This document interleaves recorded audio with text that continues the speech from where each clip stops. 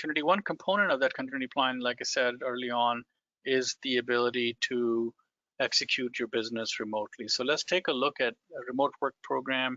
As we said at the beginning of the presentation, SafePaaS has been kind of built on this remote work program, so it hasn't affected us, but there are some lessons we have learned over the last 15 years of doing remote work that may be relevant for those of you that have not quite been in that, working in that mode for a long time. Most of us, go into an office or are expected to go to a client site to perform our jobs. And so this may be just some ideas that we would like to share with you to help it help ease the pain of having to adjust to a new way to work. So some of the things that come to my mind, and I go back to when I first started doing remote work, is that performance initially gets impacted. So we should allocate some time for that.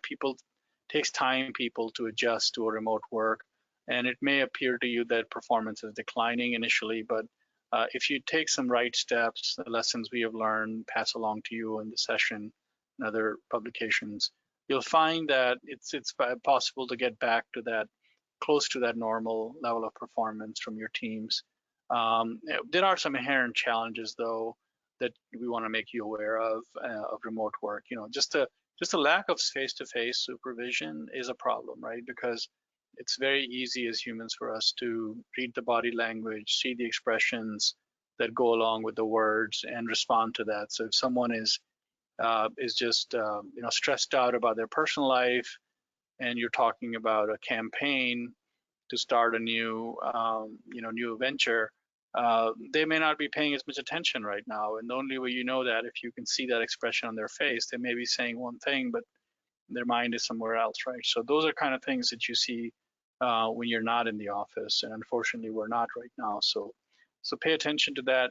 Lacks of information. If you're working in an office, you're very accustomed to going into your colleague's office or cubicle and saying, "Hey, could you explain this? Let me look it over your shoulders."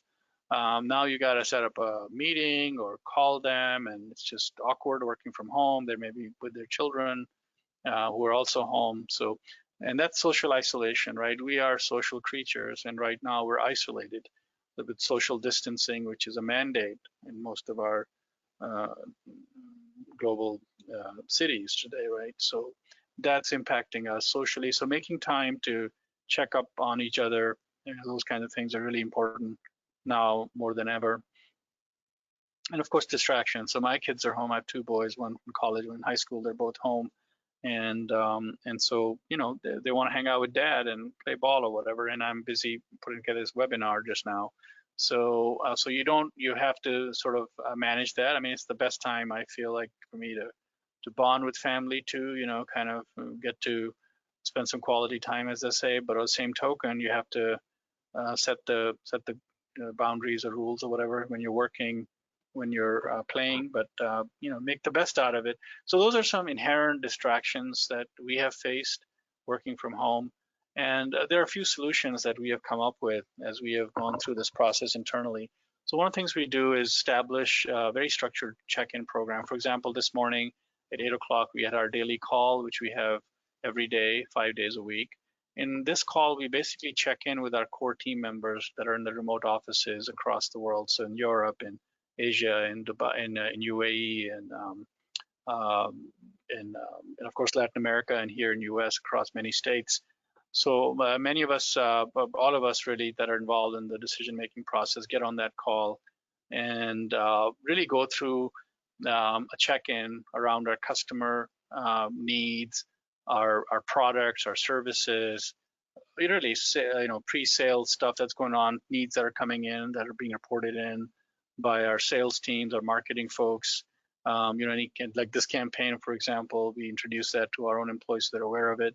So that check-in really helps our teams stay current with the business. It's our kind of the public square of SafePaaS that happens once a day, and we're trying to make it these times a little more personal, in the sense that checking in on people, make sure they're doing good. So that's how you create collaboration. It's getting people involved in that process, giving them time to raise their opinions and share their ideas, which are so important to us. The other thing that we have learned is communication doesn't happen just through emails. It's probably the worst, in my mind, the worst form of communication, because people read emails, they have no body language or voice fluctuation, so people read them. In my mind, they read them in a way that may not be intended to. So it's not sufficient, to say the least. So when you're working remotely, you've got to have this richer technology experience through video conferencing and through other visual aids. So if you're working on a project, being able to see, one of the things I like to see is, where is someone stuck with their work, participants, how can I help move forward? So we all get huddled together on a collaboration tool like the one we're using just now, and we have many of those tools, right? So we may use all the major 4 or 5 platforms that are available to us and are available to our teams to be able to just huddle up a meeting and get to a knowledge and visual access to each other. So that kind of helps us minimize that sense of isolation that a team feels when they're segregated like this because of the work from home policy or whatever, or remote work policy. And then we established some rules of engagement around these networks of collaboration and timings of checking in. To sum it up, basically, these rules of engagement are essentially expectations we have when we do remote work, and everybody at SafePaaS, for example, knows those expectations.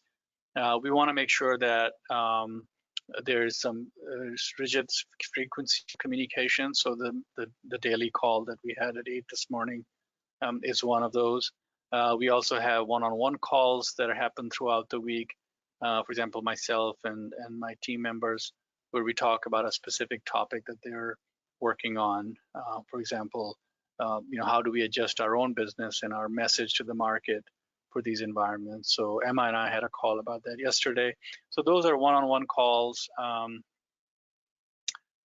they're pretty frequent, but they're not sufficient, right? So we also encourage people to have individual conference calls and meetings online around key challenges. So if we have a new opportunity where a client wants us to come in and do a POC, we'll have a call around that. And we'll use as much of the aids that are available to us in the video conferencing and other capabilities as possible. So we don't want to limit people just to show up on a standard call and then drop off, and that's the end of it's a much more interactive medium that we try to create in this remote work environment, so people don't feel left out and they're really part of the team. So those are some takeaways I just wanted to share from our experience of doing this work for a long time. It is hard, but as you implement some of these ideas into your organization, people do get more relaxed about it, and they understand that the company and the management is looking after for their interest, and they're trying to get the best results they can. So it's a good two-way street for everybody.